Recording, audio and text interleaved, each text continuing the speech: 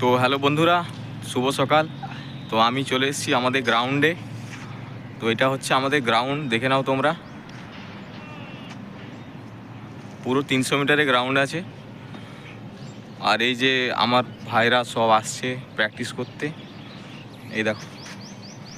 তো ওই যে ওই কালো যে ড্রেস পরা ভাইটা দেখছো, ওর শরীরটা এরকম হলেও ও এখানে এই মাঠটায় 300 মিটারে প্রায় 30 পাক পর্যন্ত দেয়। তো তোমরা বুঝতে পারছো যে শরীর কোনো দৌড়ানোর জন্য ব্যাপার না, ব্যাপার হচ্ছে তোমার মনের জোর।